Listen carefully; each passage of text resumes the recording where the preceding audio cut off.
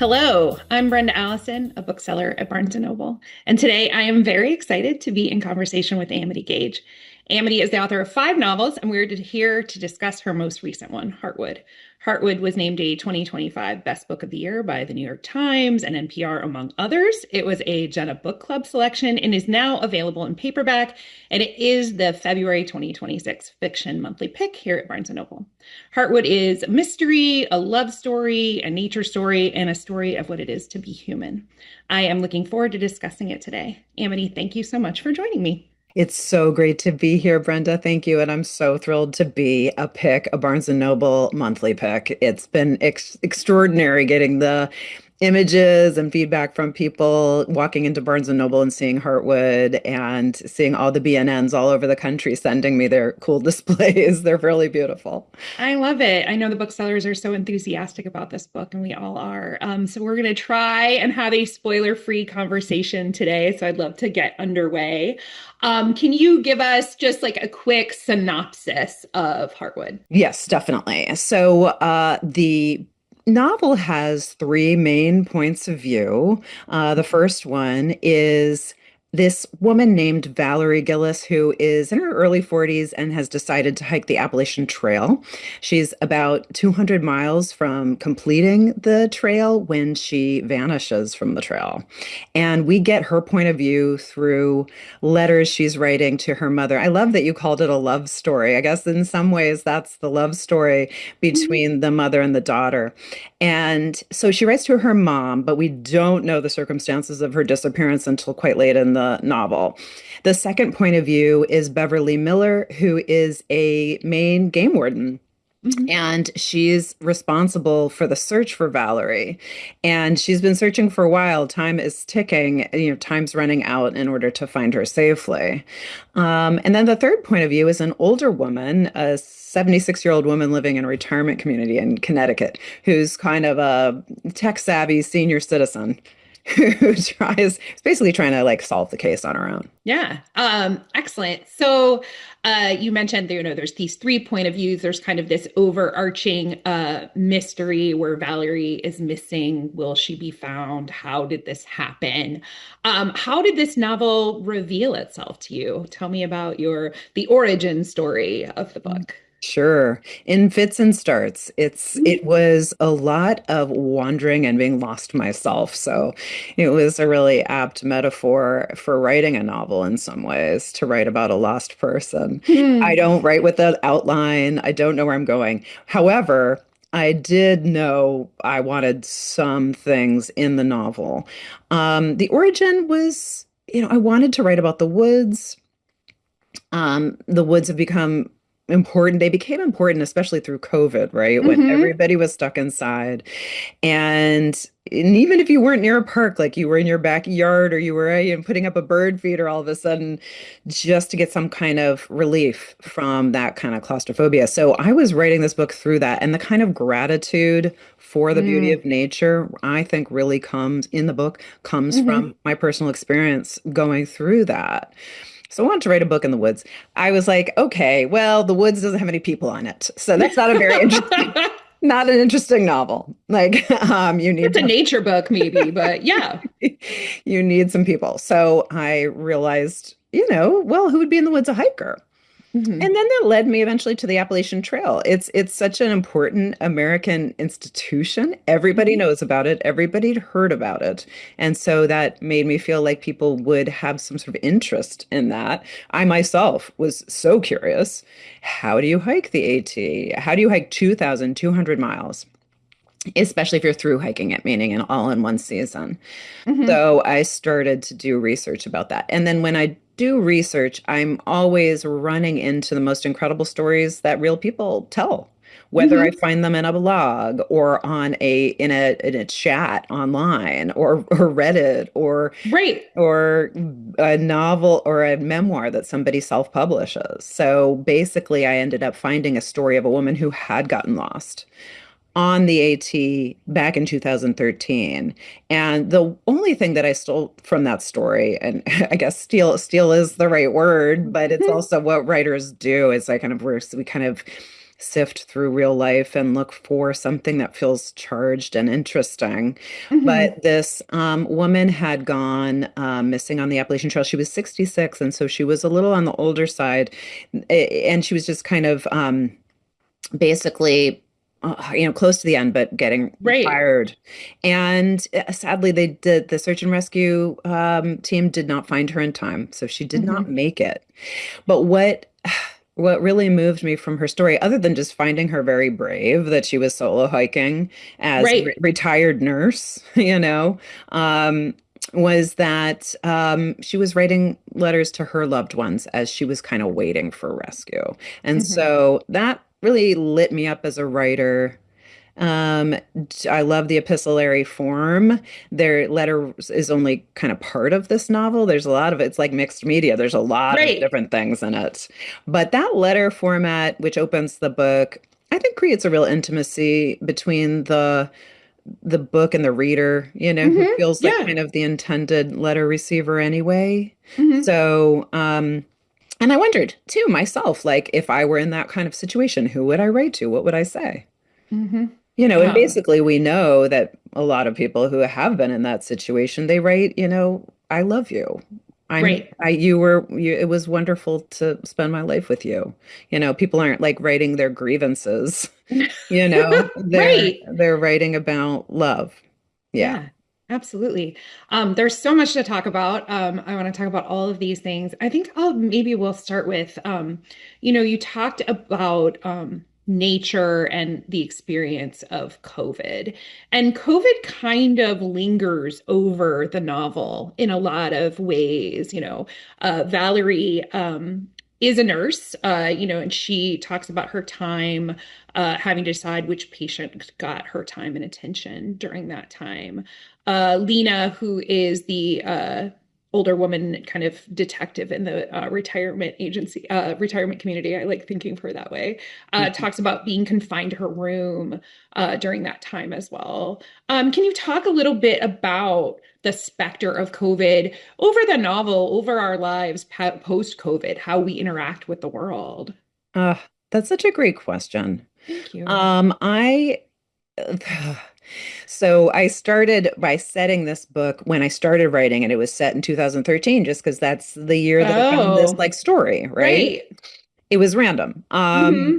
And then the pandemic happened, and then I realized, oh my God, my character's a nurse. Hmm. So, why would I not use this opportunity to talk about a person living through the pandemic who was a first responder? Right. And so that's how the book really entered. How that's how the COVID entered the book. Um, Hmm.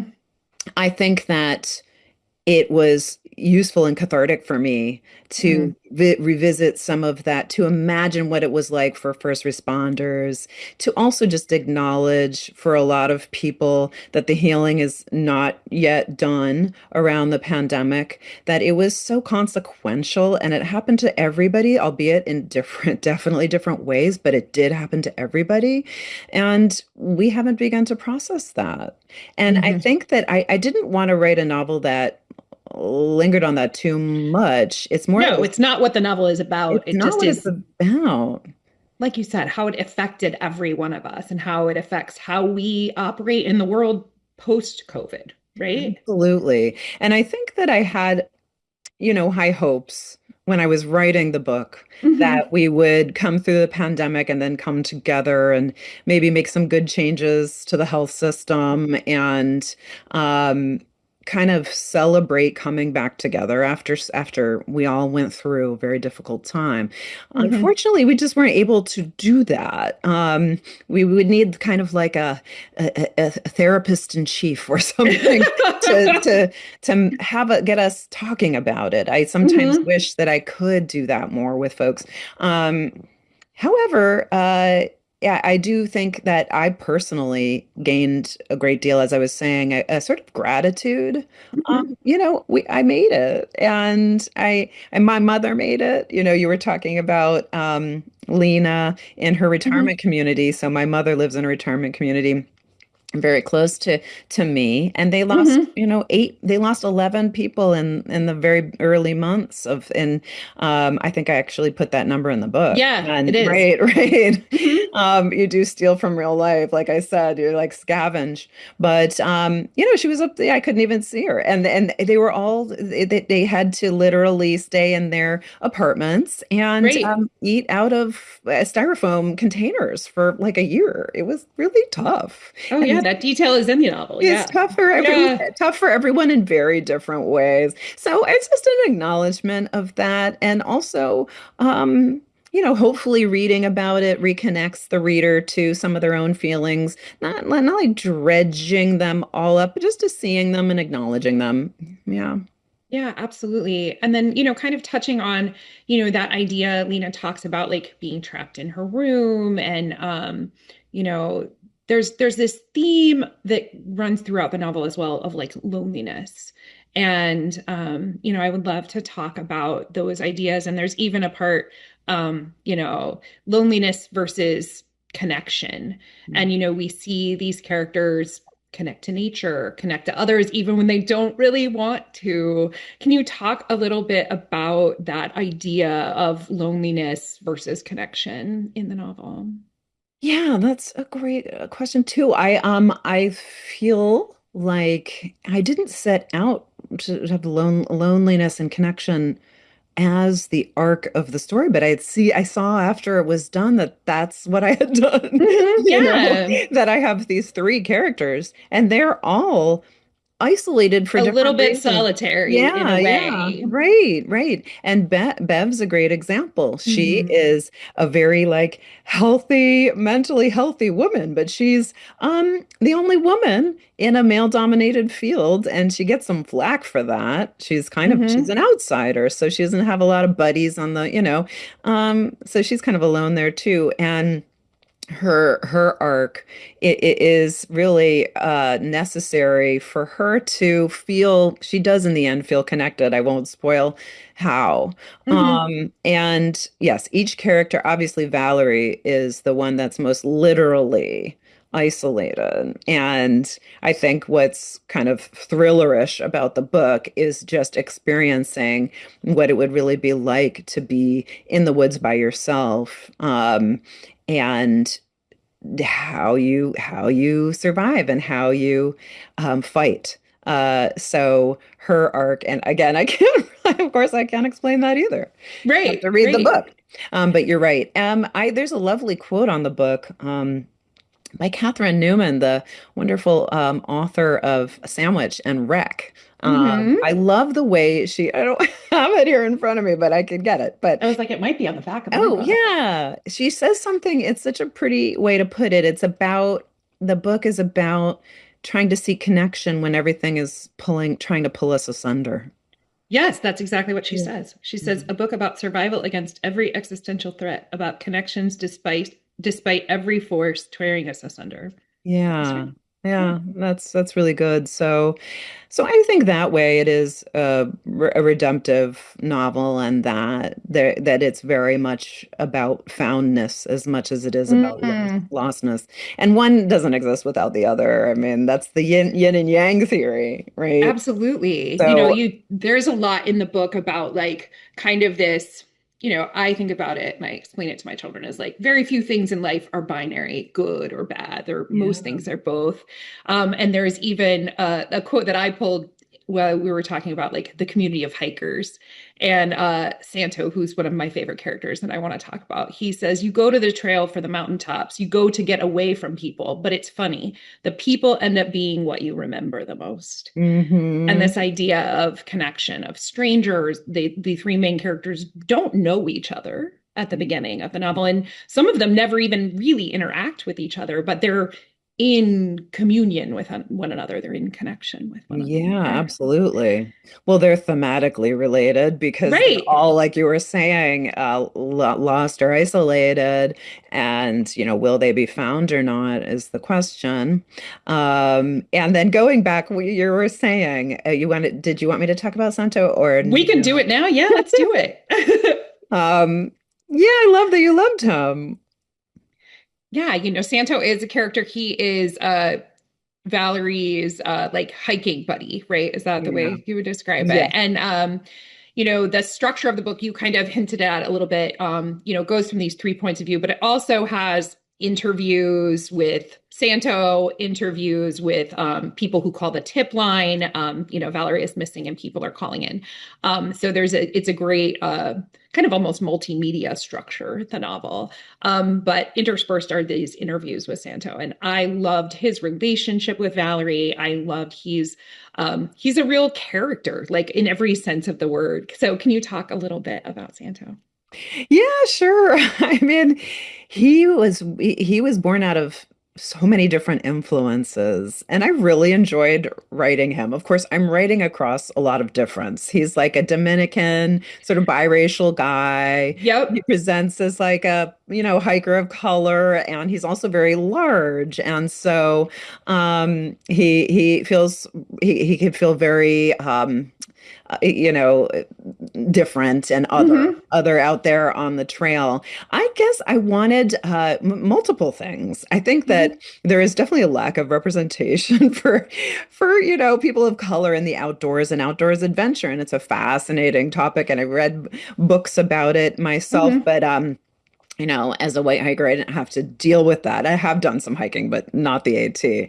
Yeah. And I also, when I just started to write his point of view, I loved his humor, and Hmm. it was wonderful to characterize somebody who was different from myself, but obviously I really related to his joy and Hmm. his stick-to-itiveness against a lot of odds.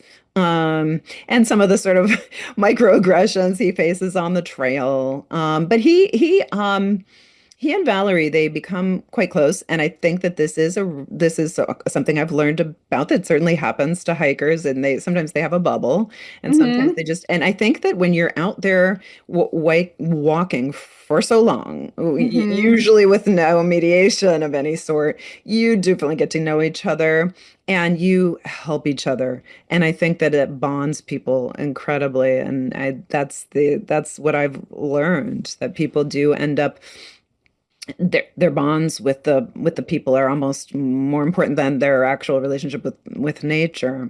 And I mean, one thing that's cool about the AT is that I think a lot of people are looking for um I think a lot of people are looking for opportunities to grow. Mm. And I think that it's hard to find them in adult life. And some you don't want to go through, whether it's like Yeah. divorce or pandemic or something like that. But even if you just are a little lost and you need to, or even like Valerie, she's just trying to get away and take a break, it's very transformative to walk that distance and to apparently a lot of the time encounter others who are open to you. There's not material in the way. There's not all the stuff that in the way of communication on the sort of non-trail life. So I think people bond, they get to know one another, they help one another, and all of these things are kind of the best qualities of Yeah. ourselves. We do not experience them from one another when we're all having like road rage during rush hour. It's the opposite. People feel very connected, and also personally people are given an opportunity to transform. It's like, and this is something I worry about with our super convenient life. it's Oh, so yes. it's so well oiled, and I'm a door dasher myself. I'm completely, how do Guilty. we change and grow in this convenient focused lifestyle, when this convenience focused lifestyle? So you get on the AT and you're carrying everything that you need to eat and wear, and you change. Yeah, absolutely. I've been thinking a lot about this idea of like unrelated to hiking. I don't hike. But like this idea of like friction in our lives and in the modern American lifestyle, like we have so little friction. So when we encounter it, maybe in a road rage situation, like we're immediately like, "Ugh, I'm so uncomfortable." But one of my notes was like, what are these characters searching for? Early on in one of her letters to her mother, Val says, anyone who wants to walk 2,000 miles in a row it does it because they find beauty in the unreasonable. All that misery, that's the point. And so, I love this idea of like searching for friction. And maybe not, like you said, maybe divorce or COVID or something. Like there are frictions that happen in our life that we didn't choose. But is there friction we can choose and grow from? Yeah, absolutely. Well, I mean, I think you put that beautifully, and it's just what it's what attracts 3 million people to the Appalachian Trail every year. Not the through hike is something like 3,000 or something who through hike. Right. But it's or to any sort of long distance marathon type thing, which so obviously in this book, because it's dramatic, I make that Yeah. a long distance hike. But if you just think of it slightly allegorically or metaphorically, we're all on these long distance hikes, life Right. life itself, or marriage, a long-term marriage, or raising a child, or owning a business, or these things that are like real arduous and rewarding journeys. So I am interested in that. I like the friction and the word friction and what a gift it is. I'm there's a great quote by Maria Rilke, the poet, about Hmm. we have to trust what's difficult. And because Ooh. it's difficult, that's almost a more reason to do it. And I guess I kind of agree with that. Writing novels is difficult too, so Right, of I relate. course. Yeah. Talking about writing a novel, I would love for you to talk a little bit about some process things here. Here you write about nature, you write about the dense woods of Maine. In a previous novel, Sea Wife, you wrote about life at sea. How do you do it? What kind of research do you do? Did you walk part of the AT? Talk to me about writing about nature. Yeah. So I do a lot of research before Hmm. I write, and I get a charge out of that. I know they say you're supposed to write about what you know, but I guess I didn't get that memo because I almost never do. And I really love learning about, oftentimes what I'm doing is I'm finding an interesting location and or an interesting odyssey or form of work or lifestyle that I Hmm. don't know about, and trying to understand it and imagine it and inhabit it. And I really enjoy that. So however, it's very time consuming. Yeah. I can totally understand how it would be a lot maybe smarter to write like a nice domestic drama where I could be like, I have a house, I can write about a house, Right, you know. right. So I don't know. Um, I I think when I do my research, I also feel connected to other people. I think Oh, sure. writing's kind of lonely. And then when I go and I interview people and I learn about things and hike the Appalachian Trail and meet people, I'm like, wow, there's so much going on out there in the world. Look at these people. Look at how brave they are, how weird. Right. And so I really feel grateful for that interaction with the real world. So once I do all forms of research. Some of it's going to be just reading, like I was saying, like Sure. memoirs, and you can certainly go learn a lot online, and people Hmm. say a lot Oh, online. yeah. And and then maybe some interviews, and then visiting locations firsthand. So Hmm.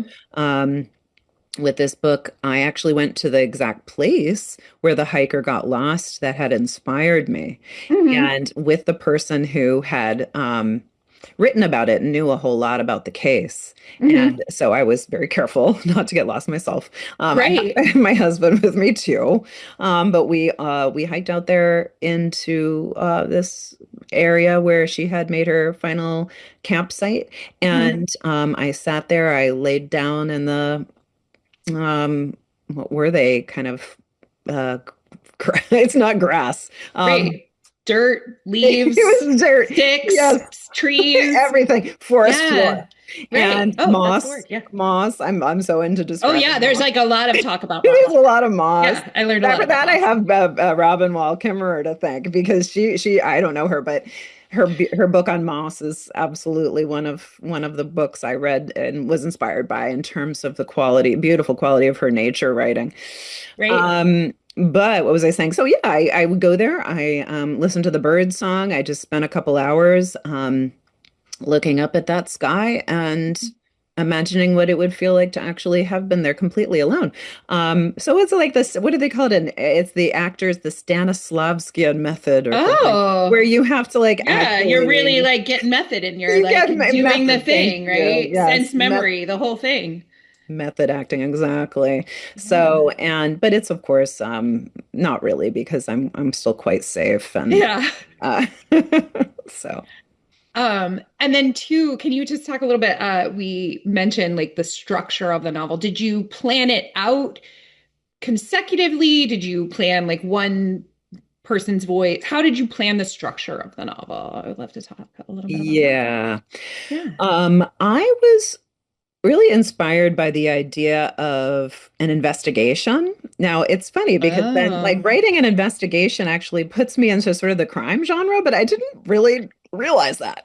right. I just thought, wow, this is cool. This is a cool form because an investigation into, say, a missing person involves a lot of Hmm. people, and Right. it involves a lot of tips. People call in, especially if it's publicized, and the investigators are usually, they have to check out every tip. So I was interested in how the community was responding to my imagined hiker's lostness.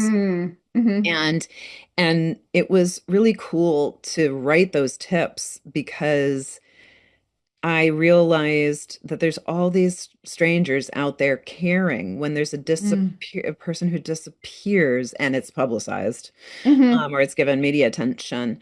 Um, People sympathize and people have a lot of feelings for strangers. And Hmm. so these people who call in with the tip line, some of them are funny and absurd, like, Yep. I just saw her in a nail salon in Minnesota or whatever. Yep. But some of them are more personal, um, that people are revealing things about themselves rather than the actual missing person.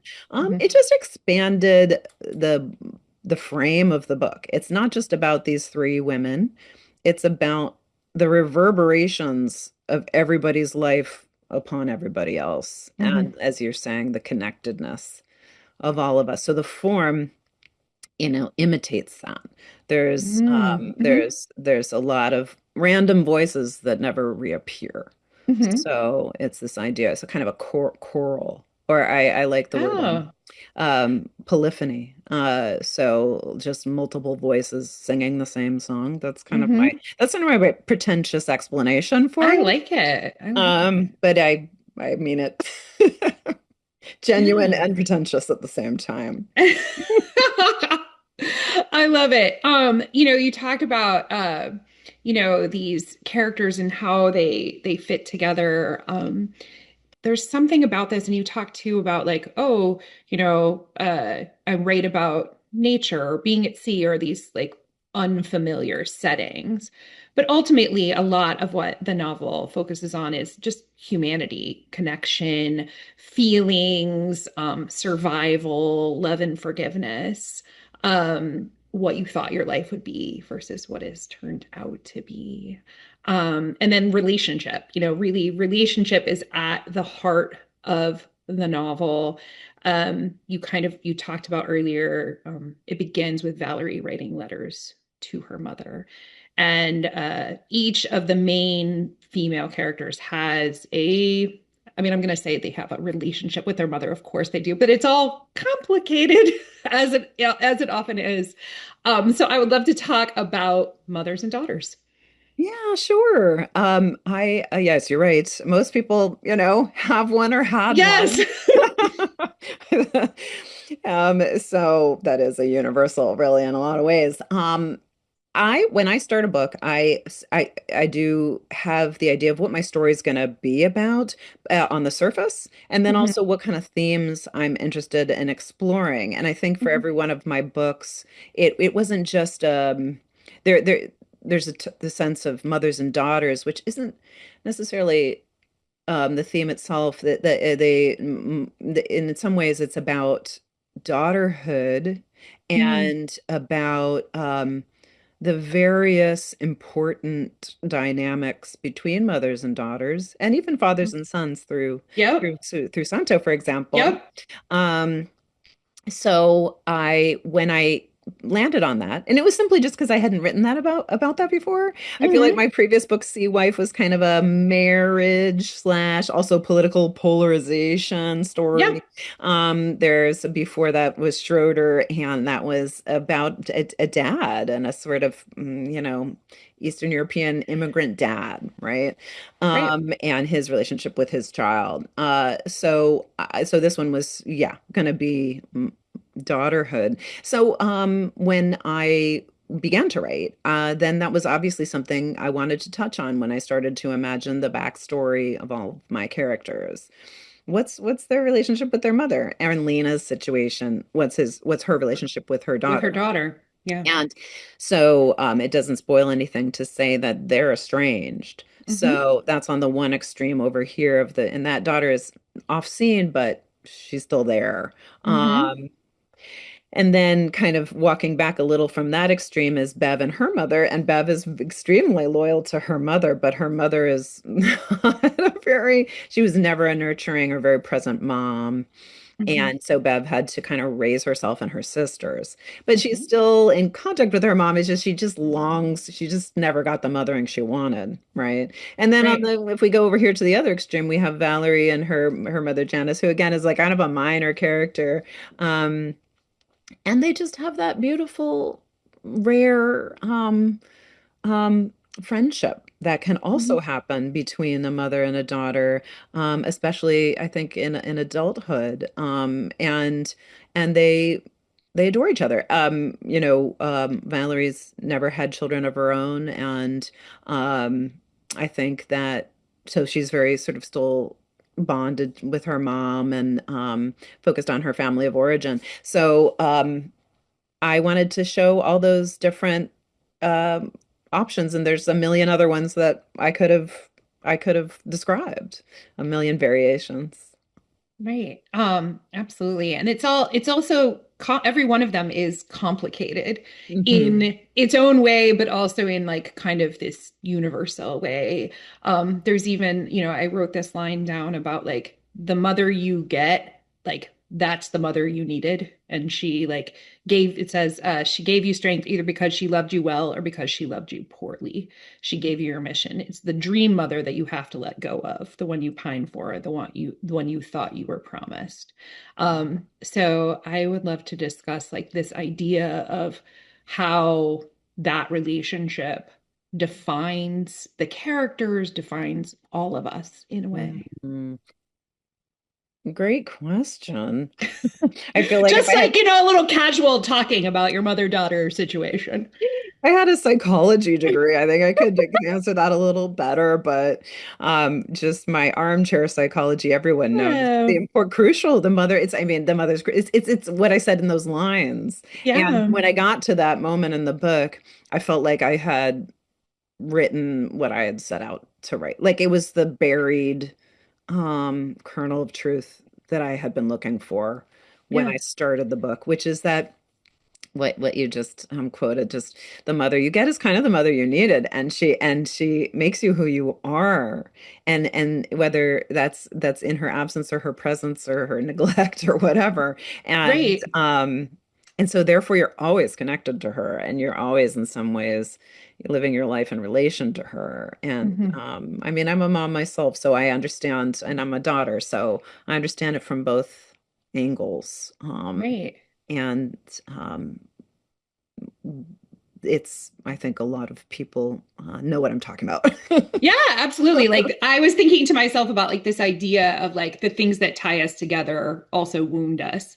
And in fact, I interviewed Anna Quindlen recently about her book that also comes out this month that has a mother-daughter theme and Mm, this idea of like, can we ever really know our parents? Can we ever really know our children? And how like this idea shows up in life, it shows up in fiction, and it everyone gets it. You said it. Like we all, whether you're a mother yourself or you had one, a good relationship, a bad one, we all carry that.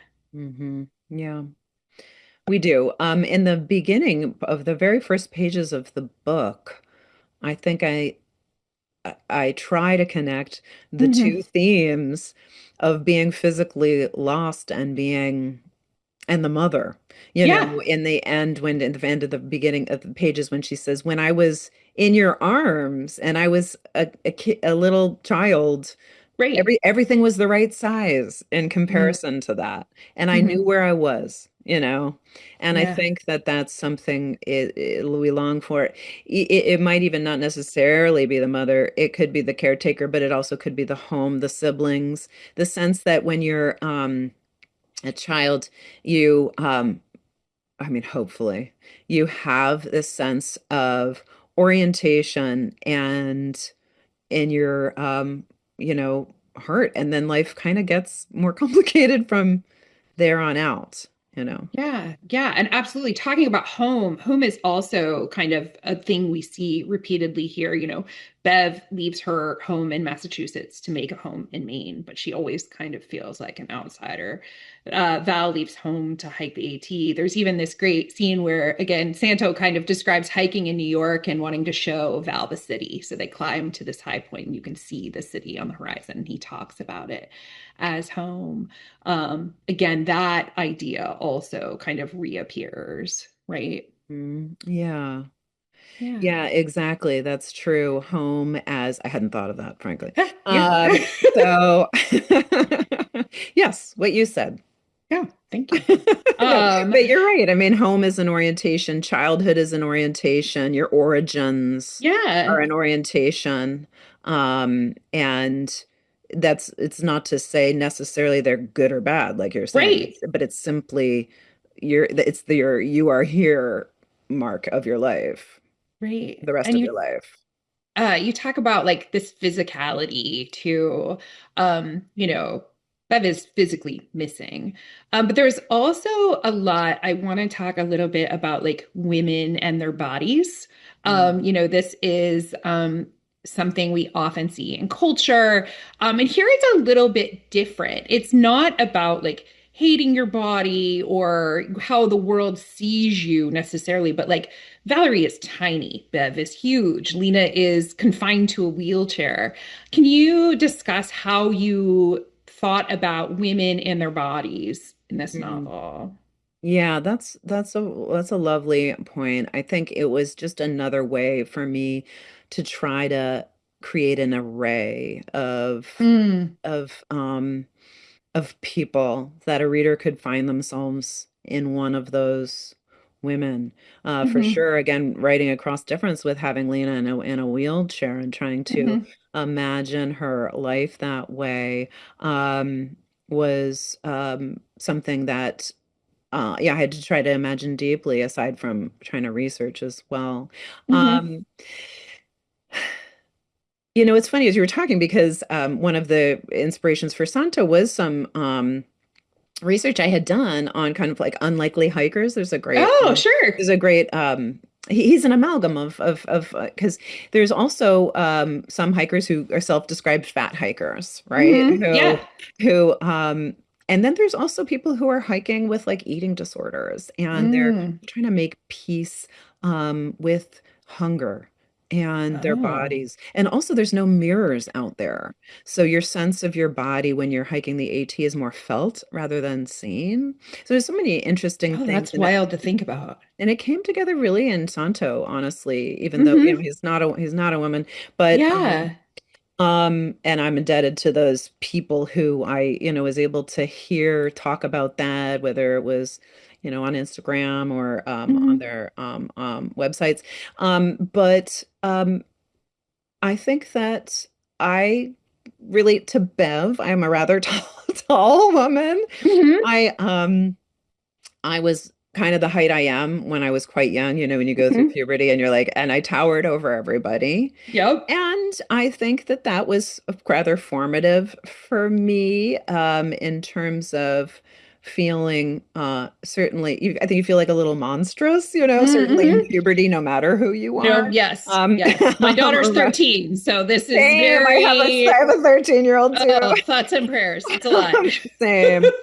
Um, so yeah, so I think that I just I related. There was one way in to Bev. Now Bev was actually a Mm. really hard character for me to write because she is a basically environmental law enforcement, Yep.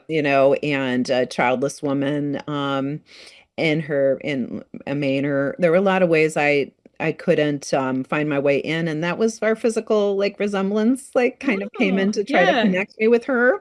And I think you're right for a woman, those fitting into you get slotted into certain roles, and the Hmm. little one is the cute one, and that you're supposed to try to be helpless, and Oh, yeah. um it can feel predeterminative. It's Hmm. not. It's definitely not.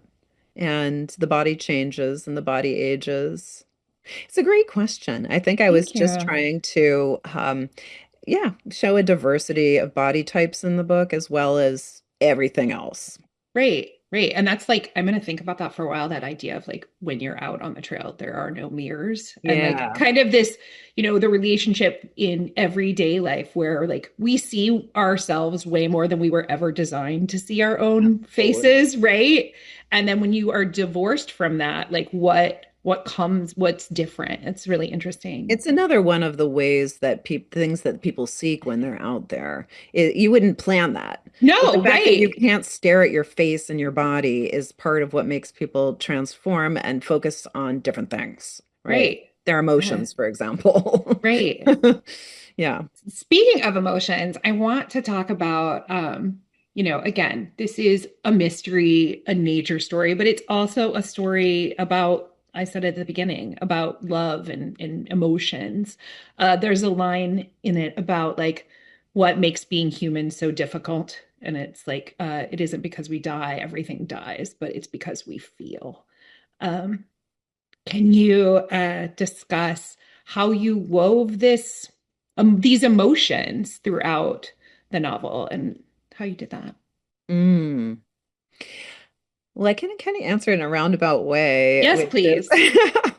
somebody asked me, I mean, I do get asked about like, who's your ideal reader? Who do you write this book for? And sometimes I answer it for I say my reader is the person who's like walking along a path and they see like a dead bug and they like pick it up lovingly and they like probably bury it a little bit in a little dirt, or they might pick up a dead bird, or that's my reader. So it's sort of like and basically I just mean a sensitive person, A noticer. a noticer and an empathizer. Yeah, And I think that's a lot of people. I mean, we're getting a right. bad rap in the current moment. There's a lot of people who are very empathetic naturally with one Mm-hmm. another. And that can cause suffering because you can Mm-hmm. feel um, badly for people you don't even know and can't help, right? Yeah. So there's a sort of sometimes the empath can feel horrible because Mm-hmm. those feelings can't go anywhere. Right. So I think that when I got to that line, that was sort of the second line that I got to, where I was like, oh, that was what I was looking for. Like, oh, I Yeah. hadn't really articulated that to myself until I wrote the line.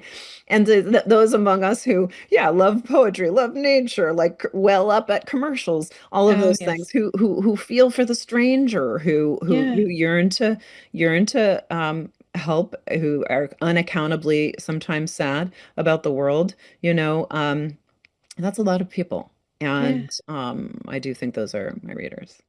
Yeah. I love that. I love that. Well, we are about to come up on time here. So, is there anything else you want people to know about this novel that we haven't discussed yet? No, it's just going to be in a beautiful little stack at your local Barnes and Noble by the cash register or somewhere Yeah. close that very visible. And I'm so thrilled about that. No, I you did such great questions. I Thank have you. nothing to Thank add. you. I will ask you my last question that I Okay. ask everyone. So we are a bookstore, so I Mhm. would be remiss if I didn't ask you what you're currently reading and loving or one of your all-time favorites. Let's talk about books. Oh God, I have such terrible recall, but I actually can answer this. A terrible recall. Oh, I just read and loved and highly recommend Chasing Hare by Chloe oh, Dalton. oh It's yeah. a nonfiction book It's about a so woman who lovely. it's also kind of a Hmm. COVID haunted book Yeah. about a woman who raises a hare, which is a kind of wild rabbit, and because it kind of and then it kind of lives with her. Hmm. But it's not a pet. It's just a really cool dynamic. I've been very interested in animals and animal people relationships lately. And then I'm on a Barbara Kingsolver kick. Oh, got to know yes. her recently. I know she doesn't necessarily need my um endorsement. But Yeah. I was very late to her book, the Poisonwood Bible, which I had Oh, really yeah. love. And I think that that's a kind of writing that I also aspire to. Is very place oriented. It's very Hmm. character oriented. It's spiritual in a certain way. So Hmm. yeah, Lovely. how's that? I Yes, mean, I love it. yes, I mean, I am in a writing group with a couple amazing writers. Hmm. Megha Majumdar's book, which is also doesn't need my endorsement, Oh, yeah. A Guardian and a Thief, and Yep. Marissa Silver, who is also in my writing group, has written a beautiful novel and stories. So I highly recommend both of Oh, those. Yeah. There's excellent. like tons of writer friends who are geniuses. So Great. That helps. Yeah. yeah. There you go. Awesome. Well, thank you so much for your time today, Amity. I really enjoyed it. Heartwood is available in stores now. Thank you. Thank you so much. Thank you for listening. Poured Over is a Barnes & Noble production. To help other readers find us, please rate and review the show wherever you listen to podcasts.